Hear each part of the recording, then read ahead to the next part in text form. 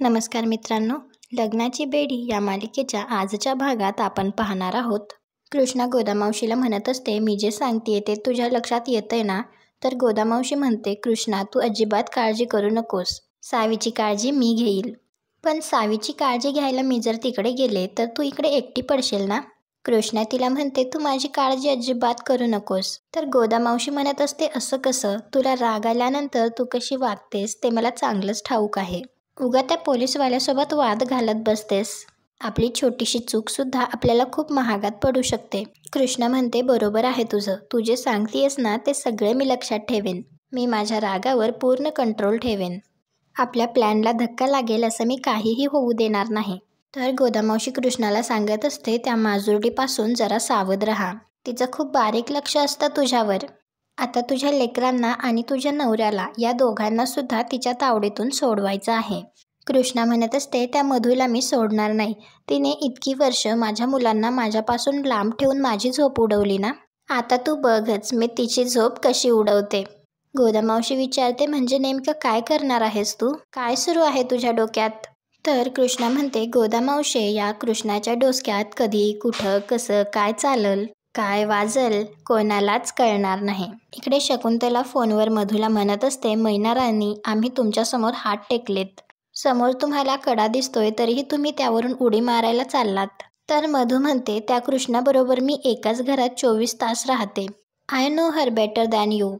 शकुंतला म्हणत असते, एक गोष्ट लक्षात ठेवा, हे जे तुमचं कृष्णा प्रेम आहे ना तुम्हाला लय महागात पडणार आहे. तर मधू म्हणत असते, असं काहीही होणार नाहीये.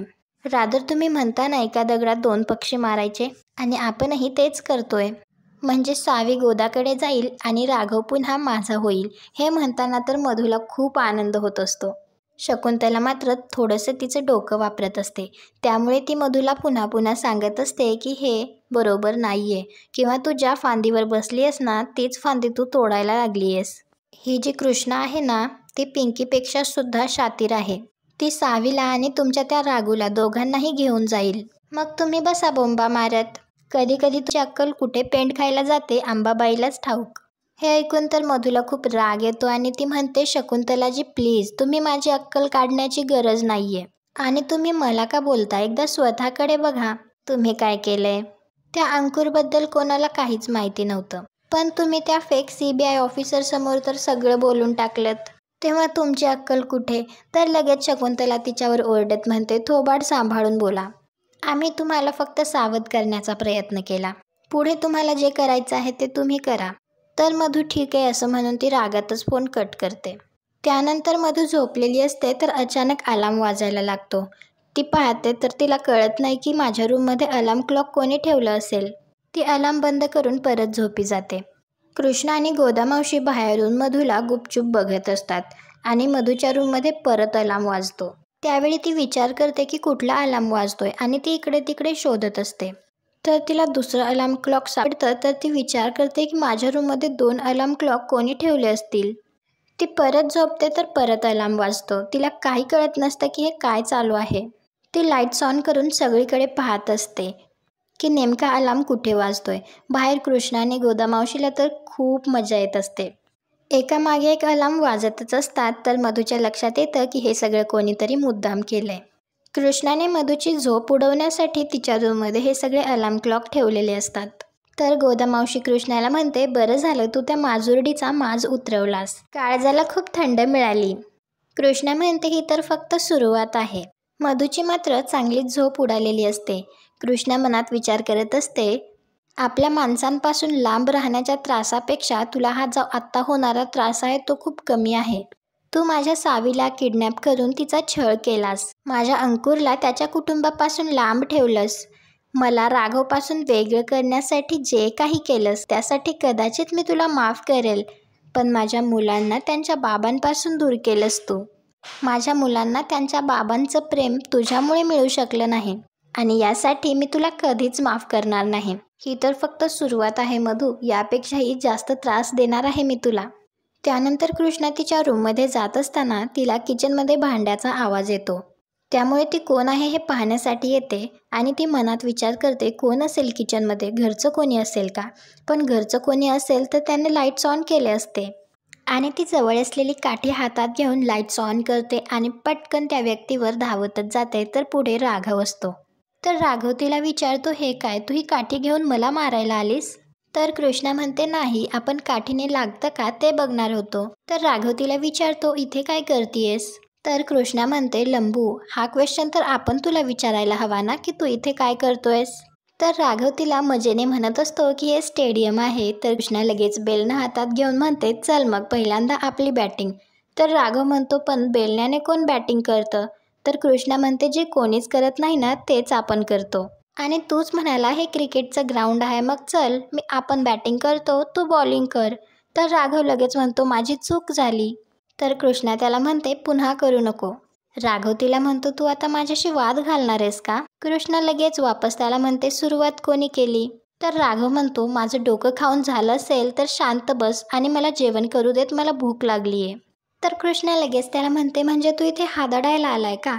तर राघव म्हणतो, नाही, मी आता इथे अंथरूण करून झोपी जाणार आहे. कृष्णा त्याला म्हणते, तू इथे कशाला झोपतोय? तुला तर एवढा मोठा बेडरूम दिलाय, एवढा मोठा बेड दिलाय, तिथे जाऊन त्याच्यावर झोप ना.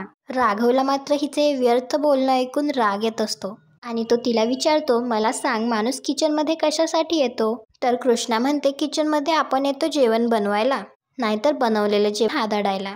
तर राघव लगेच असं जेवण करण्याची ॲक्टिंग करून दाखवतो. तर लगेच कृष्णा म्हणते, मग स्वतःच्याच घरात असं लाईट्स बंद करून चोरासारखं शिरून कशाला हादडतो? मस्त असा बसून खा ना. राघव म्हणतो, लाईट लावण्याची गरज नाहीये, मी मुद्दामच लाईट लावलं नाही, घरातल्यांना डिस्टर्ब होऊ नये म्हणून, आणि मी असाच जेवत असतो, मला सवय आहे. कृष्णा त्याला म्हणते, तुला खूप चुकीच्या सवयी आहेत. तू डायनिंग टेबलवर जाऊन बस, आपण तुझ्यासाठी मस्त असं जेवण पसरतो आणि मग तू जेव. राघव म्हणतो, काही गरज नाहीये, आय एम ओके. कृष्णा त्याला म्हणते, तू कधी कोणाचं ऐकतच नाहीस, आणि त्याला एक स्टूल देऊन त्यावरती बसायला सांगते आणि म्हणते, आता जेव. तर राघव त्यावरती बसून मग जेवायला लागतो. एक घास खाल्ला की लगेच राघवचा फोन रिंग करतो.